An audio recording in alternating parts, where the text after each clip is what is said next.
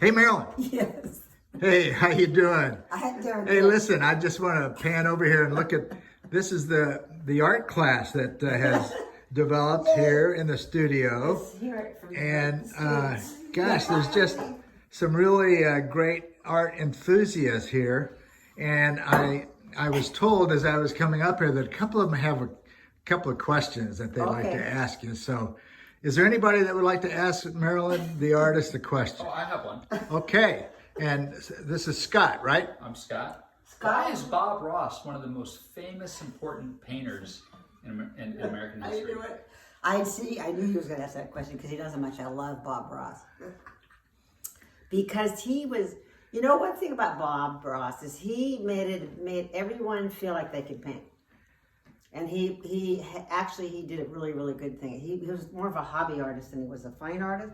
But he would take little grandma in and have her sit down and do a bunny in a day. You know, he had all his students lined up in a row, and everyone picked up their number 2 brush and dipped it in yellow, and they did the same stroke. So it was kind of like that. So everyone had a painting that they came home with.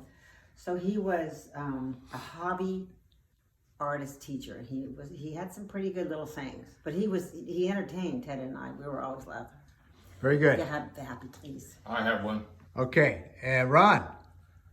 Marilyn, what's your favorite part of the painting? The flowers or the street or the buildings or the easiest one for you to do? Oh, that's a lot of questions, right? Yeah. The hardest, the most fun part, and the easiest part.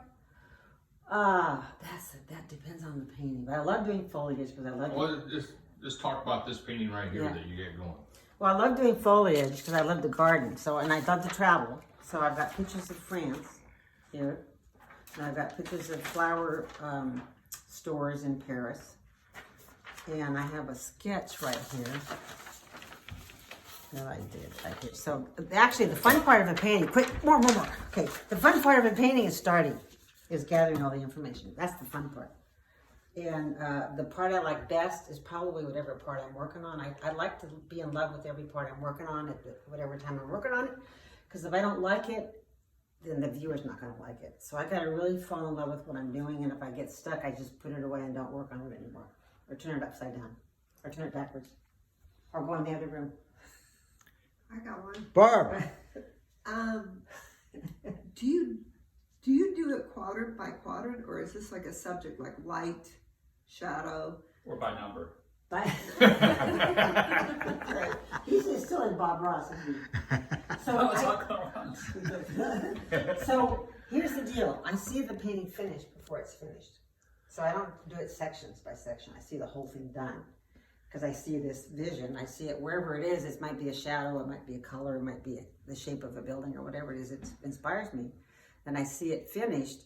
And my goal is to make it come close to what that first inspiration was. So yeah, no, I see the whole thing at the same time all the time. So you're not working on one color at a time? Or... No. Oh yeah, whatever I have mixed on my brush, just not to the economy of time and paint, I'll move it around. So I'll just move it wherever else I'm going to need it. Yeah. I don't know if that makes sense. Yes. Susan. Do you always start with a yellow background and why? Yeah, that's good. Because it's not, see, the canvas is white, which is in the value scale of 1, it's very bright. So when I paint it yellow, it's more of a middle value. So when I'm comparing it, it's just good to start with the middle value, and I like it warm just because I like it. If there's any holidays, so there are areas of the canvas that shine through that you haven't covered up yet, it doesn't look like it's like unfinished. I mean, you can have a lot of holidays and still have it look done. Any other questions?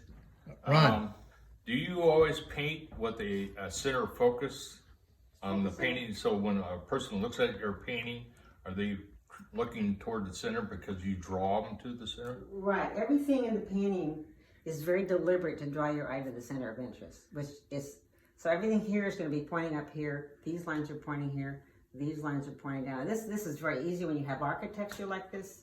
Everything is, so those are called objective lines. I bet Bob Ross didn't know that. No, you have a little happy tree over We'll here. have a happy building. So yeah, there is a center of interest. Paintings are not wallpaper. your eye is being led somewhere. So hopefully when your eye gets there, by the time it gets there, it's something really nice to look at. So, this is the lead in. Every painting has a milligram center of interest and a background. Anyway, I don't need to go into all that. But so this is the lead in, that's the center of interest, and that's the background. So I could throw the Eiffel Tower in there and it would really feel like Paris. All right, very good. Well, thank How you, about Elliot class. Owen? Elliot or Owen, do you have Come on. anything? All right. What motivates you to continue painting or starting a new painting? Very good. What motivates me? Probably a gallery saying they need some paintings of Italy. Have to be honest, but no, it will be, that's a good question. What inspires me? Like I just did this. This was actually the gallery that inspired me, but I love this because I love the colors. I've painted this a couple of times before, but not in this size. So in the art world, we call that a variation on a theme. Did you make it smaller before? I had a really 24 by 48 of this, and then I did a little 9 by 12 on location, and then and then this one. This was 11 by 14. Okay. Yeah, that's a good question. Owen, you got anything? Where is that, Marilyn? That's Amalfi, Italy. Italy. Why is the location of where you're painting important? Why is it? Well, it really isn't, but what's more, well, it is, because the people that buy me a painting have already been there. It's important to paint Europe because, number one, I love being there. And because I've painted so much in Europe, my collectors have always been buying my European work.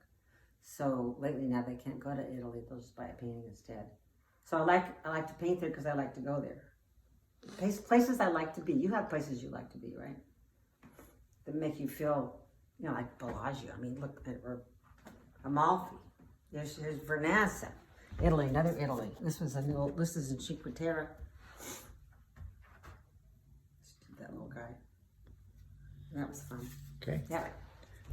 Very good. Anybody else? All right, to our amateur Way to class. go! Very good. Did you have a question? No, you always have a No, question. that's it.